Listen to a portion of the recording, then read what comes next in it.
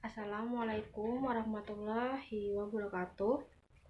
Selamat pagi semua, dan salam sejahtera bagi kita semua. Alhamdulillahirabbil alamin, kita telah diberikan kesehatan hingga sampai hari ini dan dapat berkumpul dalam acara webinar kesehatan pada pagi hari ini. Yang kedua, salawat dan serta salam kita haturkan kepada junjungan kita Nabi Muhammad Shallallahu Alaihi Wasallam. Sebelumnya perkenalkan saya Nur Halimah dari D3 Kebidanan tingkat 2 semester 4. Di sini saya akan memberikan penyuluhan promosi kesehatan tentang beberapa materi tentang nutrisi pada ibu hamil. Terima kasih telah berkenan untuk meluangkan waktunya untuk mengikuti acara pada pagi hari ini. Setelah itu saya akan memberikan beberapa materi tentang nutrisi pada ibu hamil. Nah, apa sih nutrisi itu? Nah, nutrisi adalah substansi organik yang dibutuhkan organisme untuk fungsinya normal dari sistem tubuh, pertumbuhan, pemeliharaan, kesehatan. Nutrisi didapatkan dari makanan dan cairan yang selanjutnya diasimilasi oleh tubuh. Nah, di mana nutrisi tersebut sangat dibutuhkan oleh tubuh, apalagi pada ibu hamil, di mana nutrisi akan berpengaruh pada janin yang dikandung oleh ibu tersebut. Nah, setelah itu setelah nutrisi diolah di dalam tubuh dan memberikan kita energi, dan sisa-sisa dari nutrisi yang tidak dipakai oleh tubuh akan dibuang atau dieliminasi melalui feses, atau yang bisa kita sebut secara umum adalah buang air besar. Nah, selanjutnya apa sih yang kita bahas? Selanjutnya adalah apa saja kebutuhan nutrisi pada ibu hamil.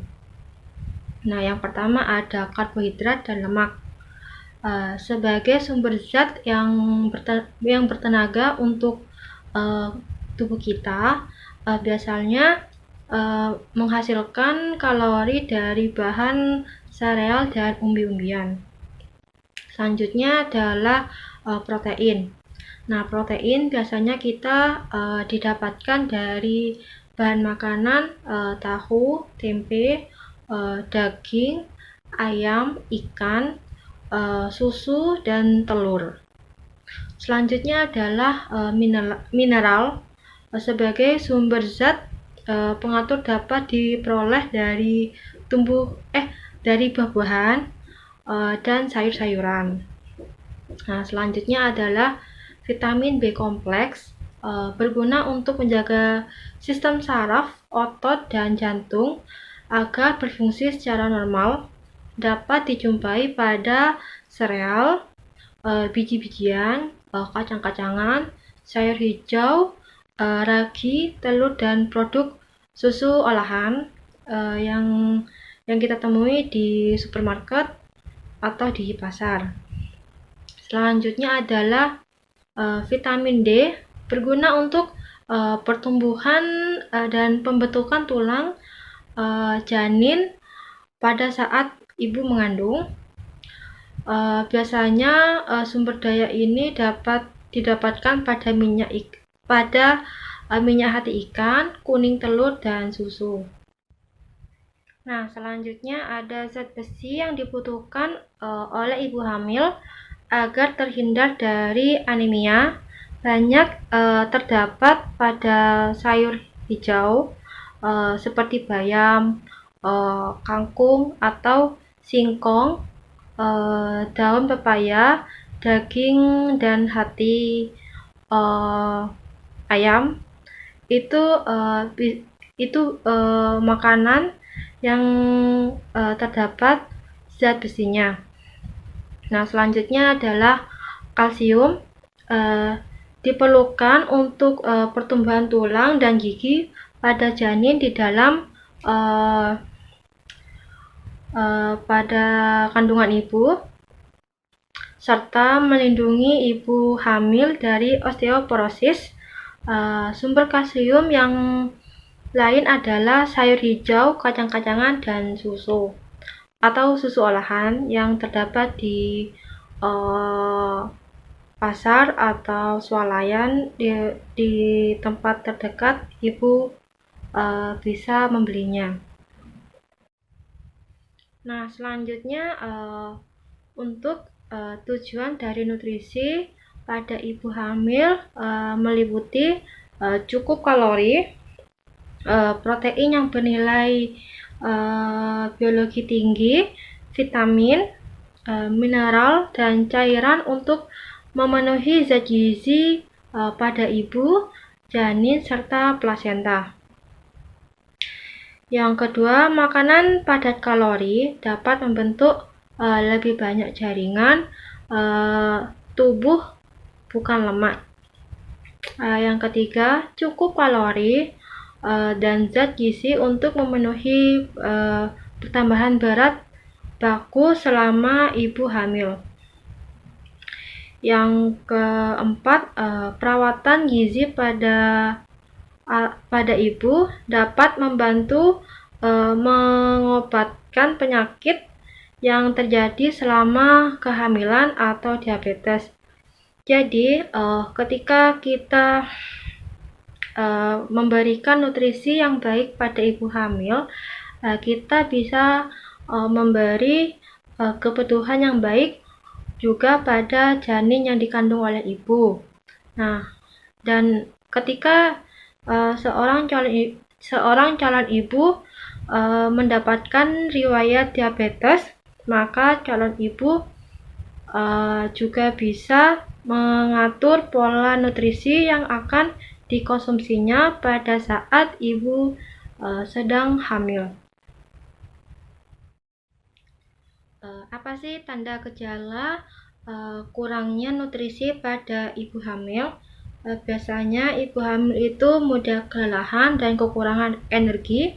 Ketika ibu itu kekurangan nutrisi seperti letih, lesu, dan lemah, seperti tidak ada tenaga untuk bergerak atau seperti badannya tidak enak ketika ibu mengalami tanda dan gejala kekurangan nutrisi.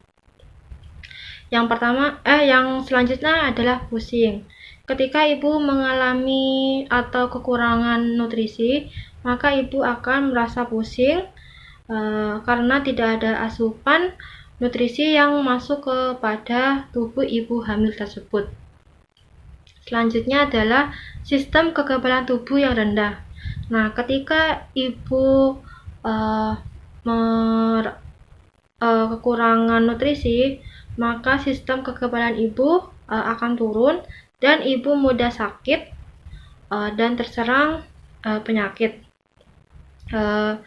Selanjutnya adalah kulit kering. Nah, tentu saja karena nutrisi itu penting bagi kulit. Ketika nutrisi pada tubuh kita kurang, maka kulit akan kering dan kasar. Selanjutnya adalah gusi bengkak dan berdarah. Nah, karena kekurangan nutrisi tersebut, gusi menjadi bengkak dan bisa berdarah juga. Selanjutnya adalah sulit untuk berkonsentrasi dan mempunyai reaksi yang lambat. Nah, kenapa sih seperti itu?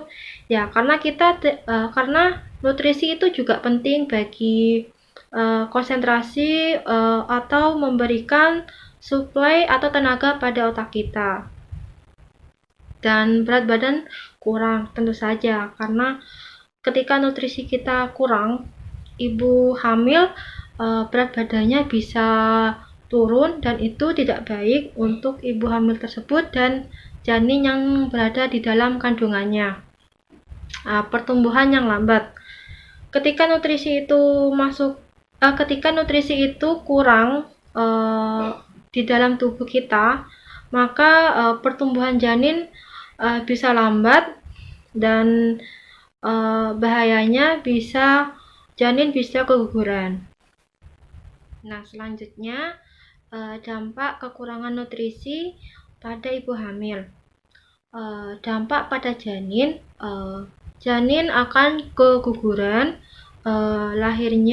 ketika lahir akan mati, kelahiran neonatal, mengalami cacat bawaan, dan berat badan bayi rendah ketika dilahirkan jika ibu hamil menderita kekurangan gizi tersebut.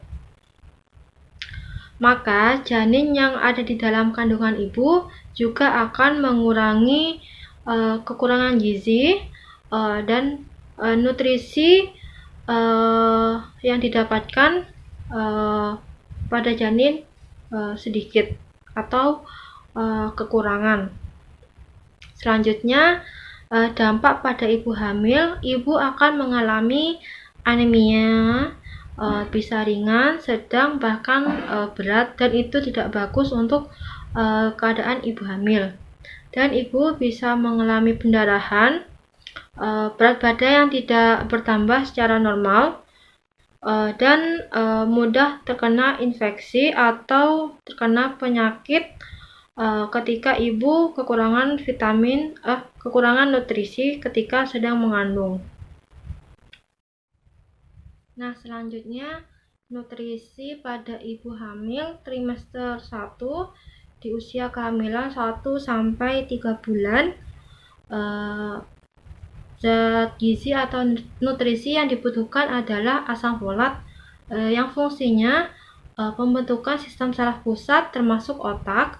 Bahan makanan yang dibutuhkan adalah sayur berdaun hijau, tempe, serta sereal atau kacang-kacangan yang telah ditambahkan dengan asam folat.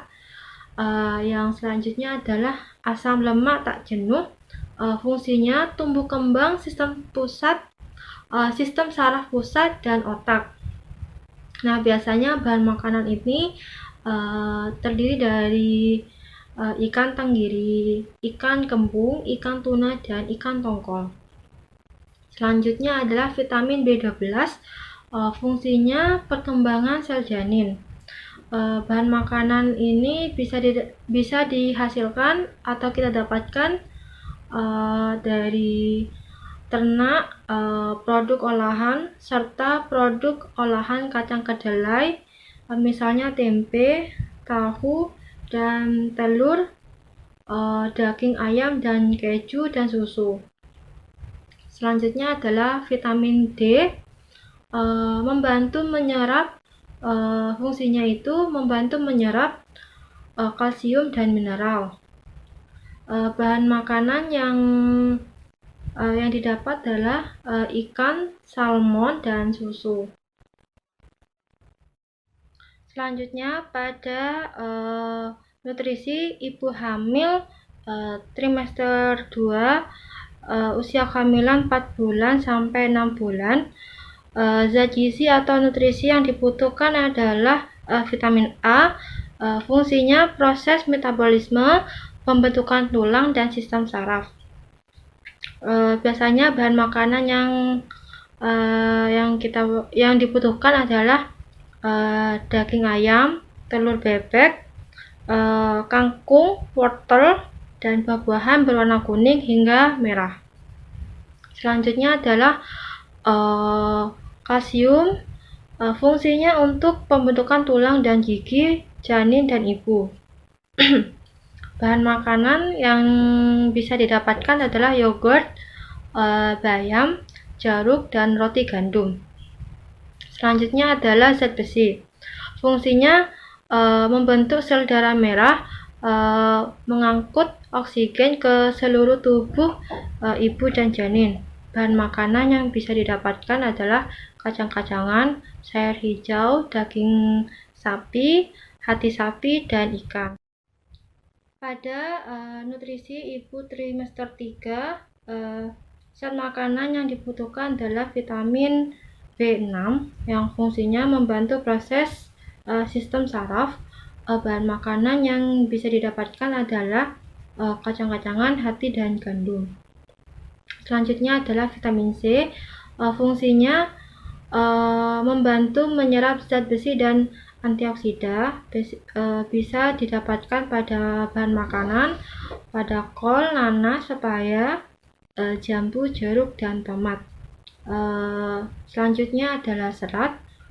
Fungsinya memperlancar buang air besar atau BAB, biasanya pada sayur hijau dan buah-buahan, terutama pada buah pepaya itu bagus untuk melancarkan buang air besar.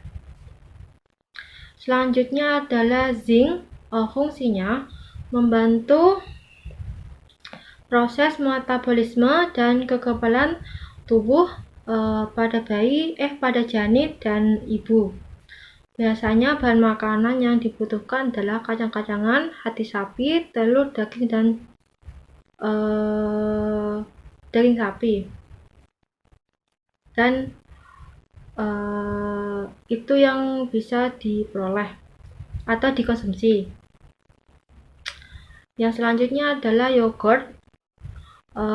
Fungsinya mengatur suhu tubuh, membentuk sel darah merah, dan serta fungsi otot dan saraf. Bahan makanan yang bisa diperoleh adalah garam dapur, udang segar, dan ikan laut. Nah, tadi penjelasan materi yang saya berikan. Apakah ada yang ditanyakan oleh ibu-ibu tentang nutrisi pada ibu hamil ketika ibu sedang mengandung pada saat ini? Baik. Makanan yang harus dihindari pada ibu hamil.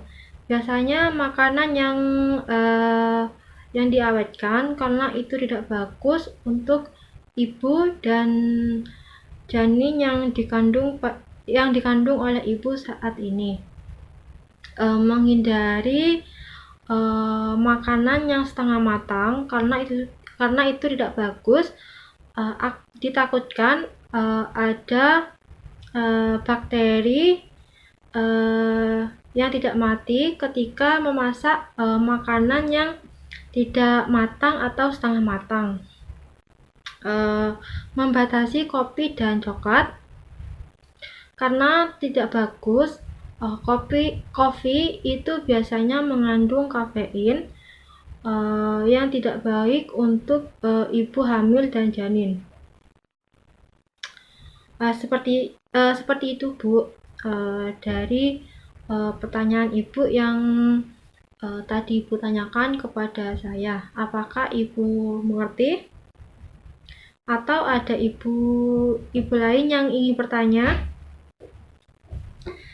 Baik, karena tidak ada yang bertanya lagi tentang nutrisi ibu hamil pada hari ini, saya akan menutup acara hari ini. Terima kasih karena telah mengikuti penyuluhan promosi kesehatan pada hari ini. Maaf salah kata yang telah saya bicarakan. Assalamualaikum warahmatullahi wabarakatuh.